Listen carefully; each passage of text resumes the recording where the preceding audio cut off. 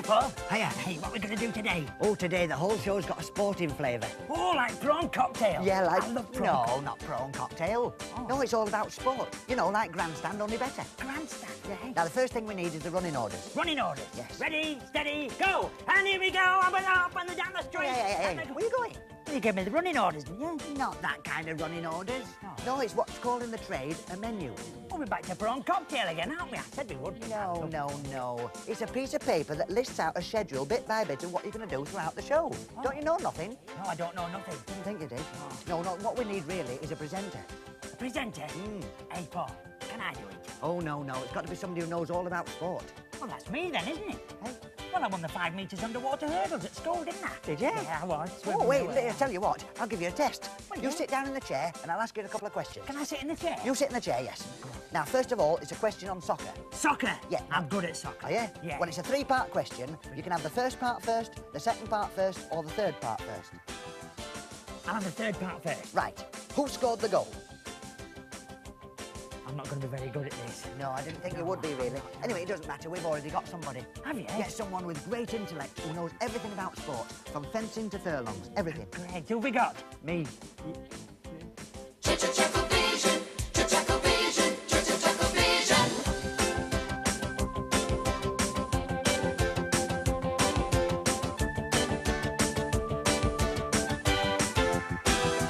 ChuckleVision, ChuckleVision.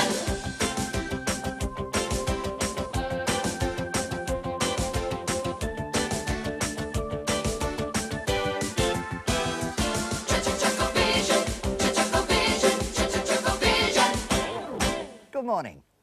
We've got a packed programme for you today here on ChuckleVision Sports View. Nigel Mansell will be here. Later, in his racing car, we'll have live coverage of an international football match between... sorry. Yes? Nigel Mansell will be here later in his racing car. We've got an international football match between the greatest footballers ever team and Rotherham United reserves. There's also snooker coverage from the Crucible and, of course, steeplechasing from Aintree.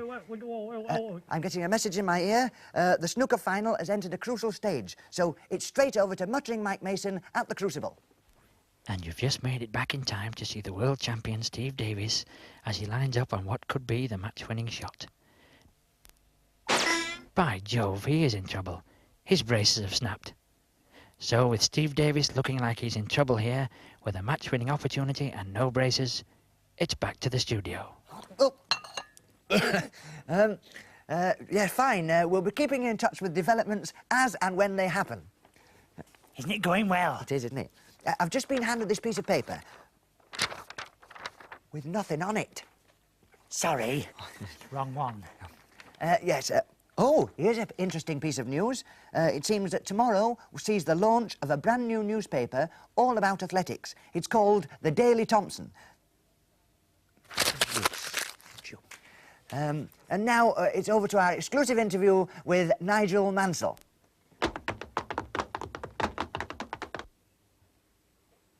He isn't here yet. Hey? He's not here yet. He's supposed to be coming with his racing car, Williams Honda. That's the problem. William wouldn't lend him the Honda. Oh, dear. Oh, and... well, back to the Crucible and muttering Mike Mason. Well, let's have a look at this from another angle. Well, back to the studio. Yes. Yeah, I'll just answer the phone. Yes? Oh, word from Crystal Palace. It seems that another record's been broken. Barry, you didn't touch that, did you? No, I didn't touch it. Oh, it's all right, it was Steve Cram. Yeah, it seems that Steve Cram has broken his 5th record this year. That's very clumsy of him, isn't it? It is, isn't it? Fancy Yeah. breaking 5 records. Well, don't forget, the big match will coming up later from Anfield. I tell you what, let's pop over to Anfield now and see how the big match tension is building up. Well, you join us here at Anfield waiting for the big match. Must admit, I expect to see a few more people. But there's still time yet, I suppose. Well, here we are behind the scenes at Anfield, where right now the famous are getting ready. They're all here in this dressing room, and we at ChuckleVision Sportsview have arranged an exclusive interview with Maradona. Get out of me!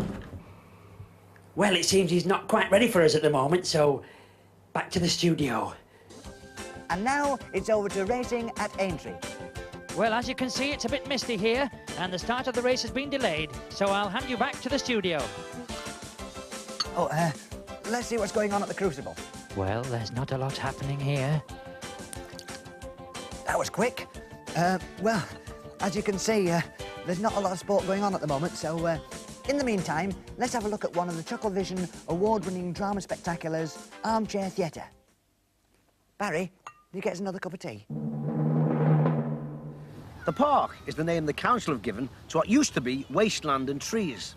The council has laid out one part as a playground, with swings, a giant sandpit and a slide.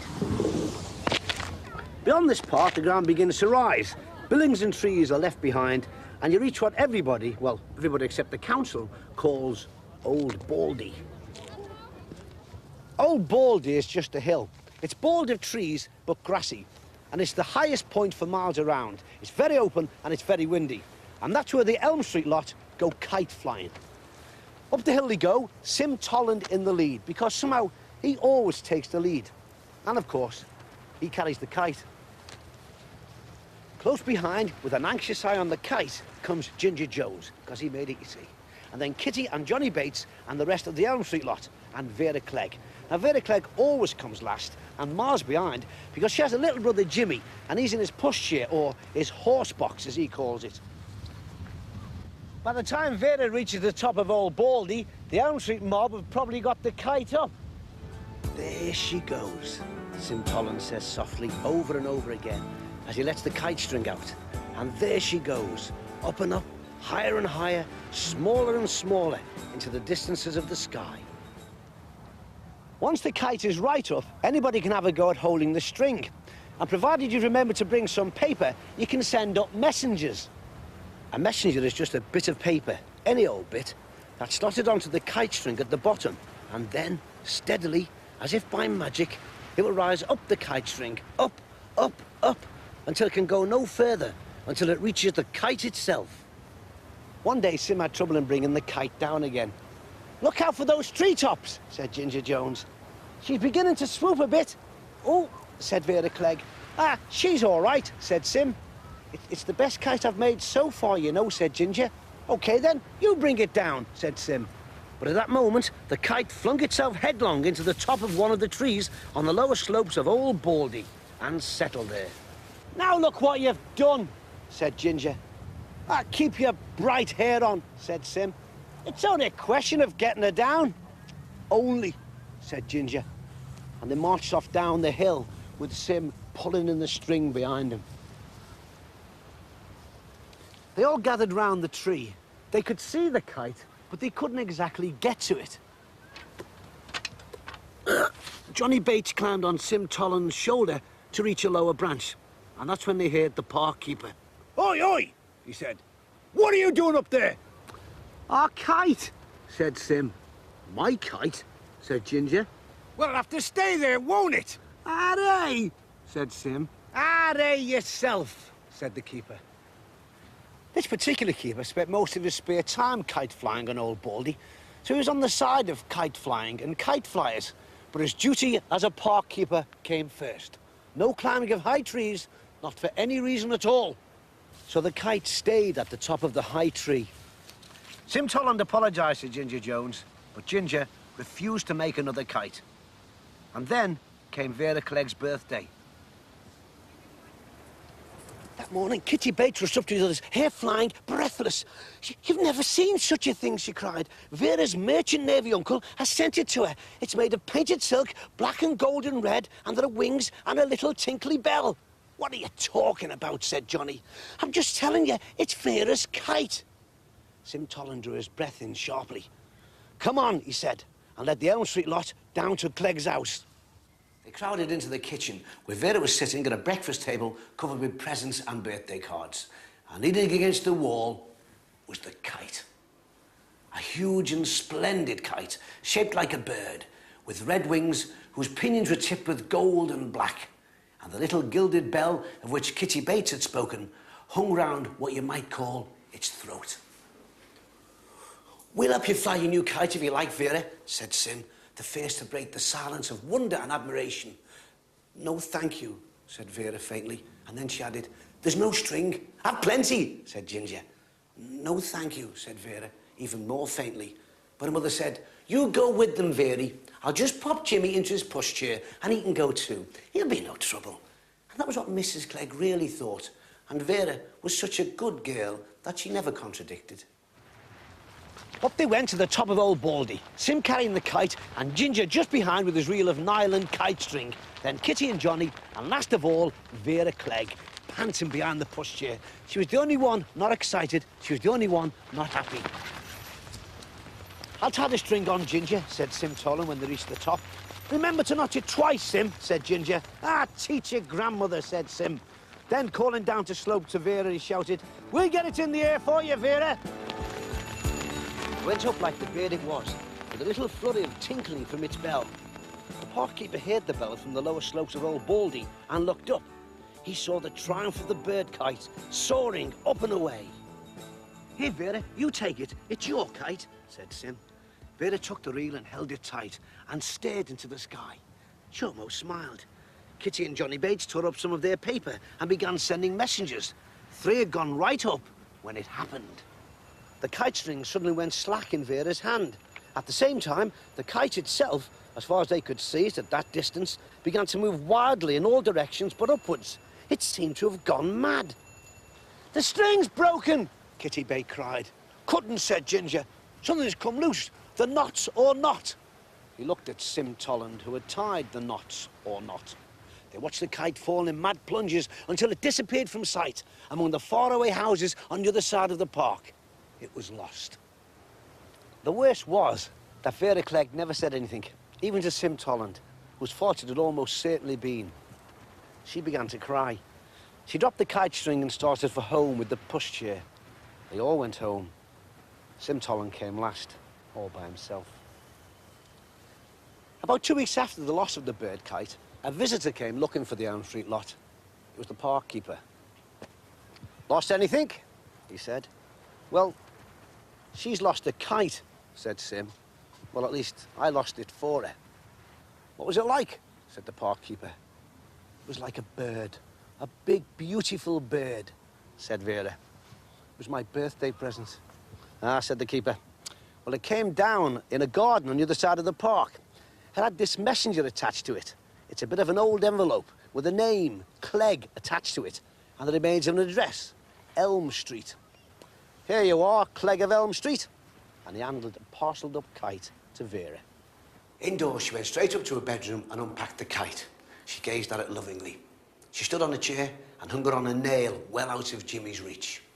And there it has stayed ever since.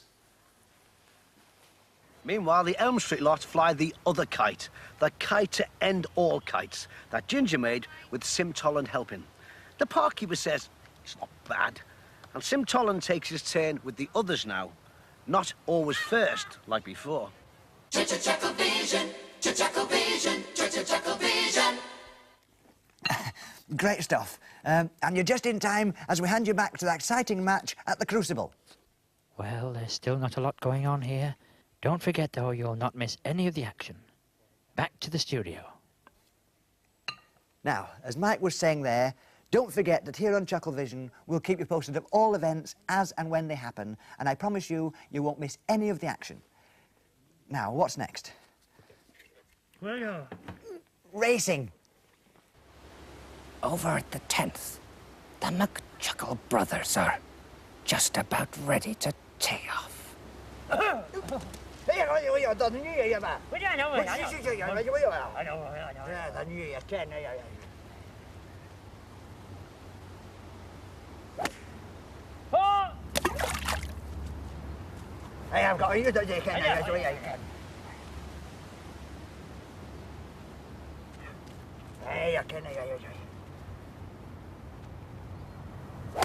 Five.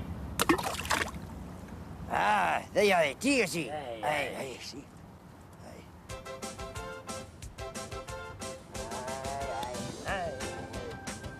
I see. I know, I see. Can I see? I see. Oh, yeah.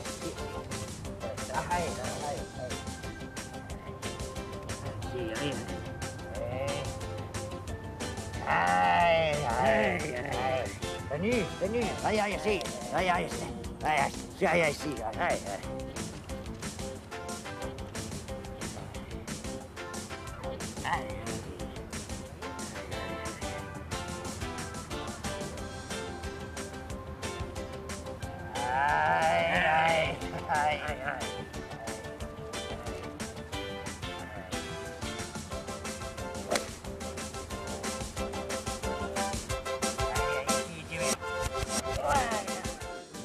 Well, you join us here at Aintree just as the big race is due to begin.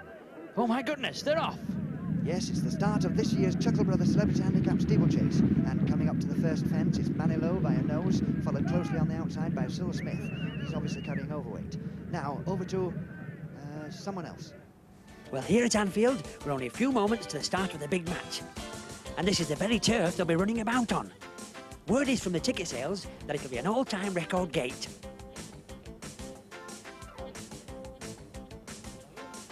Well, it's about time I was making my way to the commentary box. The umpire will be along any minute now. Back to the racing. And they're all over the first with 5 fences to go.